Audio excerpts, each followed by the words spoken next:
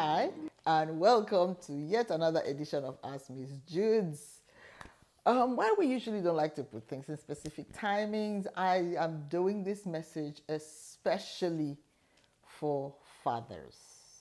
All those amazing dads who invest so much in their children, their spouses, their communities. I just thought we might as well give you a big shout out. So I'm going to call today's message of fathers and friends. Usually, when we talk of fathers, we're talking about life givers, nurturers, those who help to raise their children. Some may be biological, others not. But a father is usually a protector, a caregiver, a cheerleader, as a model, all kinds of roles that fathers will play. And we are realizing more and more these days that even the concept of fatherhood is experiencing some challenges, as many fathers feel unprepared, not performing enough. The environment, the economic environment doesn't help that much either. So today I thought we would just pay attention to what it is to be a father. And I'm hoping that in this very short discourse that you're going to give yourself the opportunity to rethink. If you're a father who is second guessing yourself in your relationship with your children or your spouse, I hope that this is an opportunity for you to do a rethink. And a rethink not to indict yourself, but to look at those areas of your life where you believe you've done well, give yourself a pat on the back. If there are areas you could do better, there is an opportunity. As you know, my philosophy is as long as we're on this side of life, we can always do better. So I'm hoping that today will be an opportunity, or this season will be an opportunity for us to do two things. And I say two things are actually multiple, but from two perspectives. One, the perspective of a father, and the other, the perspective of a son or a daughter in relationship to that father. So we say father's perspective and children's perspective. So, from the perspective of the father, I want to ask a few questions. If you're a father, how has that experience changed you?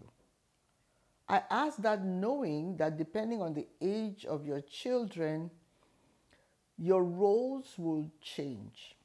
So, by the grace of God, my husband has been a father for over 31 years. And initially, we struggled. He was overprotective. He wouldn't even want his children to cry. If I ever discipline them, even if it's as much as stay in your room and he hears the child crying, he comes to beg, please let him come as he's crying now. Are you happy? I'm like, that's not the point. So I married an overprotective father. So as a mother, I had to be careful while not countering him to be sure that he didn't protect my children to the point where they became useless to themselves. But that was his way of expressing affection. So there are some fathers who are really overprotective. And then as the children grew older, he became more of a challenging father. You know, what is it that you're doing? What should you be able to do at this point? He still was quite protective, if the truth be told. I know he will see this and he will agree with me. But there are fathers who can be really caring, nurturing, and protective and have an amazing relationship with the children. Praise God, that's what my husband has with his children. I'm grateful that he has invested. I mean, they know it. My husband sacrificed for his children and continues to do so even though they are all now adults.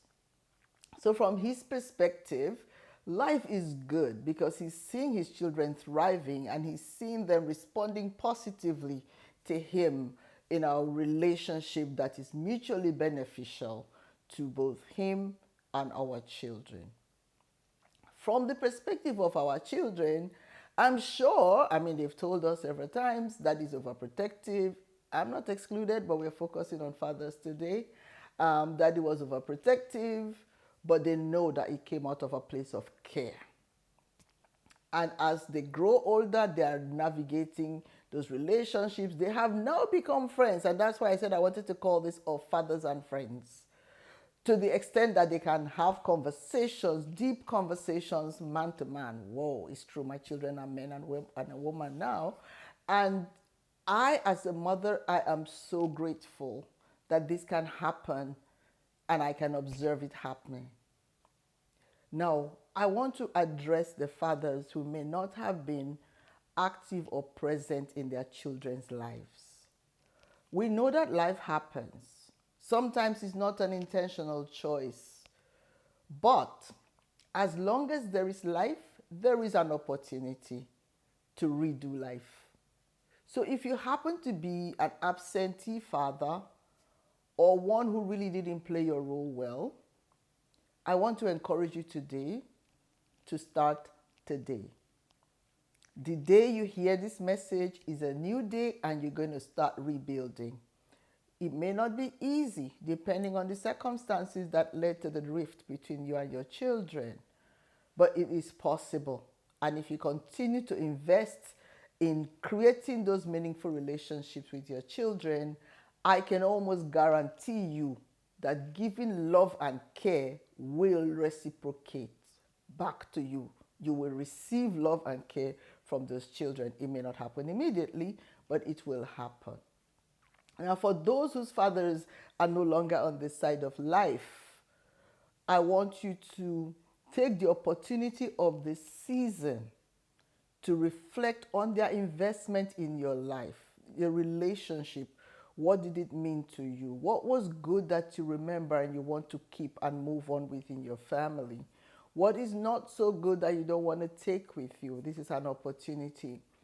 But as we round up this very, very brief message, I want to encourage all the fathers out there, shouting out to my husband and my brothers. I have a lot. I'm sure I've told you I have many brothers. And by the grace of God, they're doing a fabulous job with their families.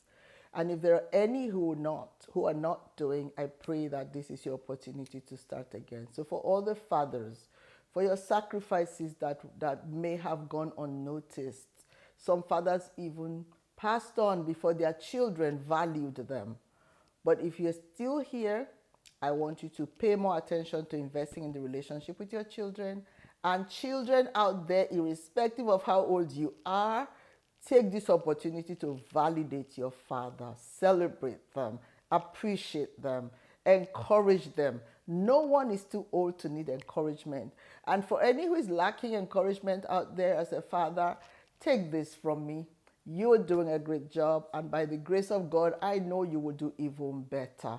So please, for those who are not at the place where they would like to be in their relationships, don't give up. As this message is supposed to be really brief, it's a shout out to fathers. I want to say to all the amazing fathers out there in the world doing a great job with your families, God bless you.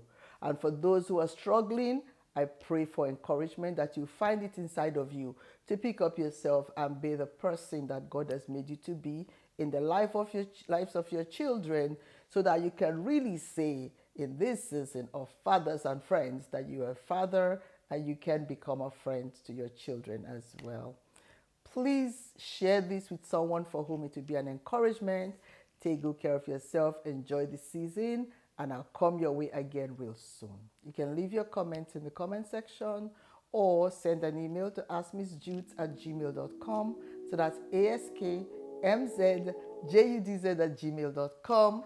And I'll come your way again real soon. Happy Father's Day.